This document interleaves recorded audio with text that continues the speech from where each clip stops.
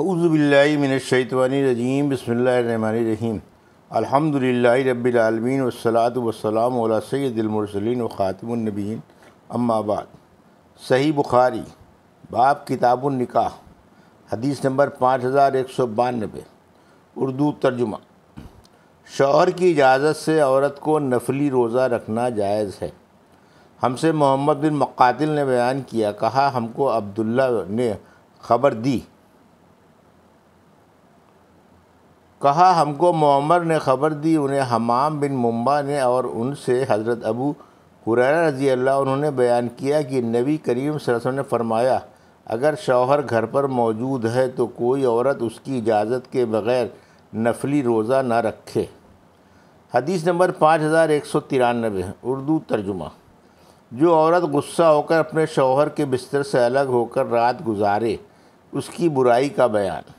ہم سے محمد بن بشار نے بیان کیا، کہا ہم سے ابن ابی عدی نے بیان کیا، ان سے شعبہ نے، ان سے سلیمان نے، ان سے ابو حازم نے، اور ان سے حضرت ابو ہریرہ رضی اللہ عنہ نے کہ نبی کریم صلی اللہ علیہ وسلم نے فرمایا، جب شوہر اپنی بیوی کو اپنے بستر پر بلائے اور وہ آنے سے ناراضگی کی وجہ سے انکار کر دے تو فرشتے صبح تک اس پر لعنت بھیجتے ہیں۔ حدیث نمبر 5194، اردو ترجمہ۔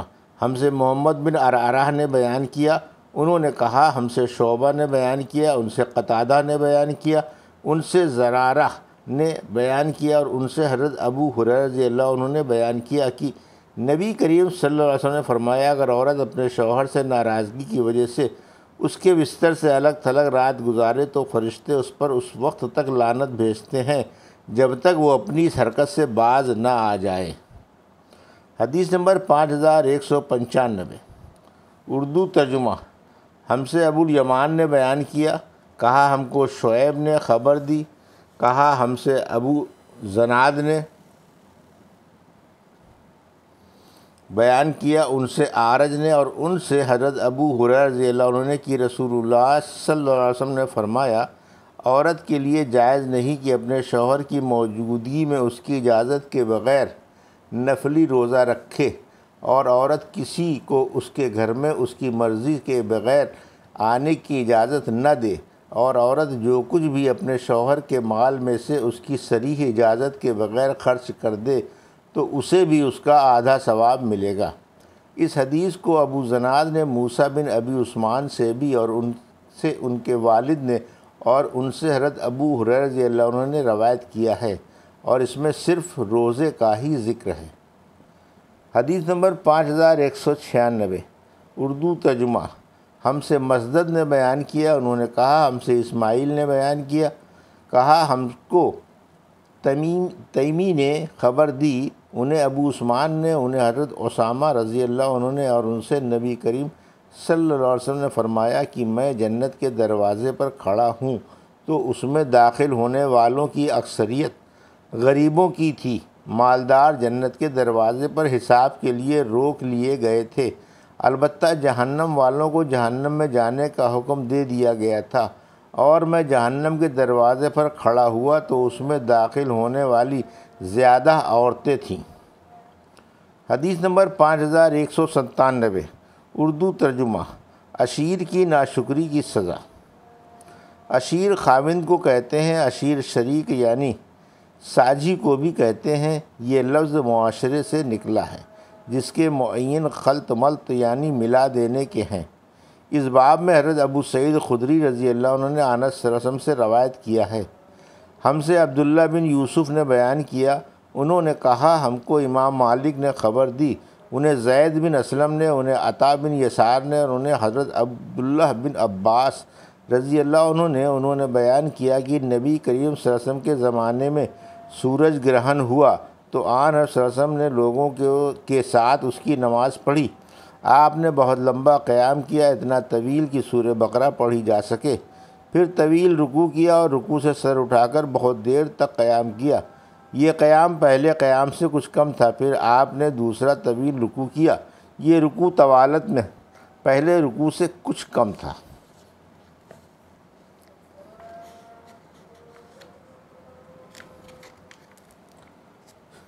پھر سر اٹھایا اور سجدہ کیا، پھر دوبارہ قیام کیا اور بہت دیر تک حالت قیام میں رہے۔ یہ قیام پہلی رکعت کے قیام سے کچھ کم طویل تھا۔ پھر سر اٹھایا اور طویل قیام کیا۔ یہ قیام پہلے قیام سے کچھ کم تھا۔ پھر رکوع کیا، طویل رکوع، اور یہ رکوع پہلے رکوع سے کچھ کم طویل تھا۔ پھر سر اٹھایا اور سجدے میں گئے۔ جب آپ نماز سے فارغ ہوئے تو گرہن ختم ہو چکا تھا۔ اس کے بعد آپ نے فرمایا کہ سورج اور چاند اللہ کی نشانیوں میں سے دو نشانیاں ہیں۔ ان میں گرہن کسی کی موت یا کسی کی حیات کی وجہ سے نہیں ہوتا، اس لیے جب تم گرہن دیکھو تو اللہ کو یاد کرو۔ صحابہ نے عرض کیا، یا رسول اللہ، ہم نے آپ کو دیکھا کہ آپ نے اپنی جگہ سے کوئی چیز بڑھ کر لی، پھر ہم نے دیکھا کہ آپ ہم سے ہٹ گئے۔ آن حضرت صلی اللہ علیہ وسلم نے فرمایا کہ میں نے جنت دیکھی تھی، یا آن حضرت صلی اللہ علیہ وسلم نے یہ فرمایا، راوی کو شک تھا، مجھے جنت دکھائی گئی تھی، میں نے اس کا خوشہ توڑنے کے لیے ہاتھ بڑھایا تھا، اور اگر میں اسے توڑ لیتا تو تم رہتی دنیا تک اسے کھاتے، اور میں نے دوزخ دیکھی، آج کا اس سے زیادہ ہیبت ناک منظر میں نے کبھی نہیں دیکھا، اور میں نے دیکھا کہ اس میں عورتوں کی تعداد زیادہ ہے۔ صحابہ نے عرض کیا، یا رسول اللہ، ایسا کیوں ہے؟ آن حضرت صلی اللہ علیہ وسلم نے فرمایا، وہ شوہر کی ناشکری کرتی ہیں اور ان کے احسان کا انکار کرتی ہیں۔ اگر تم ان میں سے کسی ایک کے ساتھ زندگی بھر بھی حسن سلوک کا معاملہ کرو، پھر بھی تمہاری طرف سے کوئی چیز اس کے لیے ناگوار خاطر ہوئی تو کہہ دے گی کہ میں نے تو تم سے کبھی بھلائی دیکھی ہی نہیں۔ حدیث نمبر 5198، اردو ترجمہ۔ ہم سے عثمان بن حشم نے بیان کیا، کہا ہم سے عوف نے بیان کیا، ان سے ابو حازم نے، ان سے عمران نے، اور ان سے نبی کریم صلی اللہ علیہ وسلم نے فرمایا کہ میں نے جنت میں جھانک کر دیکھا تو اس کے اکثر رہنے والے غریب لوگ تھے، اور میں نے دوزخ میں جھانک کر دیکھا تو اس کے اندر رہنے والی اکثر عورتیں تھیں۔ اس روایت کی مطابقت ابو ایوب اور سلیم بن زریر نے کی ہے۔ حدیث نمبر 5199، اردو ترجمہ۔ تمہاری بیوی کا بھی تم پر حق ہے۔ اس حدیث کو ابو حجیفہ عبداللہ بن وہب عامری نے رسول اللہ صلی اللہ علیہ وسلم سے مرفوعاً روایت کیا ہے۔ ہم سے محمد بن مقاتل نے بیان کیا، کہا ہم کو اوزاعی نے خبر دی، کہا کہ مجھ سے یحییٰ بن ابی کثیر نے بیان کیا، کہا کہ مجھ سے ابو سلمہ بن عبد الرحمن نے بیان کیا، کہا کہ مجھ سے حضرت عبداللہ بن عمرو بن عاص رضی اللہ عنہ نے بیان کیا کہ رسول اللہ صلی اللہ علیہ وسلم نے فرمایا، عبداللہ، کیا میری یہ اطلاع صحیح ہے کہ تم روزانہ دن میں روزے رکھتے ہو اور رات بھر عبادت کرتے ہو؟ میں نے عرض کیا، جی ہاں یا رسول اللہ۔ آن صلی اللہ علیہ وسلم نے فرمایا کہ ایسا نہ کرو، روزے بھی رکھو اور بلا روزے بھی رہو، رات میں عبادت بھی کرو اور سو بھی، کیونکہ تمہارے بدن کا بھی تم پر حق ہے، تمہاری آنکھ کا بھی تم پر حق ہے، اور تمہاری بیوی کا بھی تم پر حق ہے۔ حدیث نمبر 5200، اردو ترجمہ۔ بیوی اپنے شوہر کے گھر کی حاکم ہے۔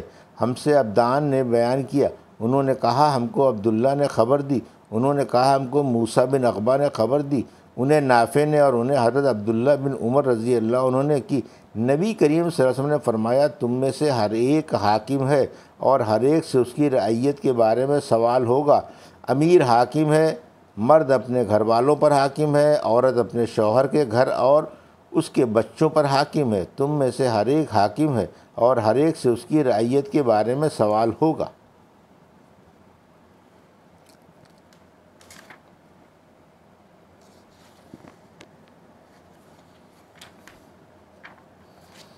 حدیث نمبر 5201، اردو ترجمہ۔ سورہ نساء میں اللہ تعالیٰ کا فرمانا کہ مرد عورتوں کے اوپر حاکم ہیں، اس لیے کہ اللہ نے ان میں سے بعض کو بعض پر بڑائی دی ہے۔ اللہ تعالیٰ کے فرمان، بے شک اللہ بڑی رفعت والا، بڑی عظمت والا ہے۔ ہم سے خالد بن مخلد نے بیان کیا، کہا انہوں نے ہم سے سلیمان نے بیان کیا، انہوں نے کہا کہ مجھ سے حمید نے بیان کیا، اور ان سے حضرت انس رضی اللہ عنہ نے بیان کیا کہ رسول اللہ صلی اللہ علیہ وسلم اپنی ازواج مطہرات سے 1 مہینے تک الگ رہے اور اپنے ایک بالا خانے میں قیام کیا، پھر آپ 29 دن کے بعد گھر میں تشریف لائے تو کہا گیا کہ یا رسول اللہ آپ نے تو 1 مہینے کے لیے عہد کیا تھا۔ آن صلی اللہ علیہ وسلم نے فرمایا کہ یہ مہینہ 29 دن کا ہے۔ یہ تھی صحیح بخاری باب کتاب النکاح کی حدیث نمبر 5192 سے 5201 کا اردو ترجمہ جو ابھی آپ نے سماعت فرمایا۔ اللہ سے دعا ہے کہ اللہ ہمیں ان حدیثوں کی صحیح سمجھ عطا فرما اور ان پر عمل کرنے کی توفیق عطا فرما، آمین یا رب العالمین۔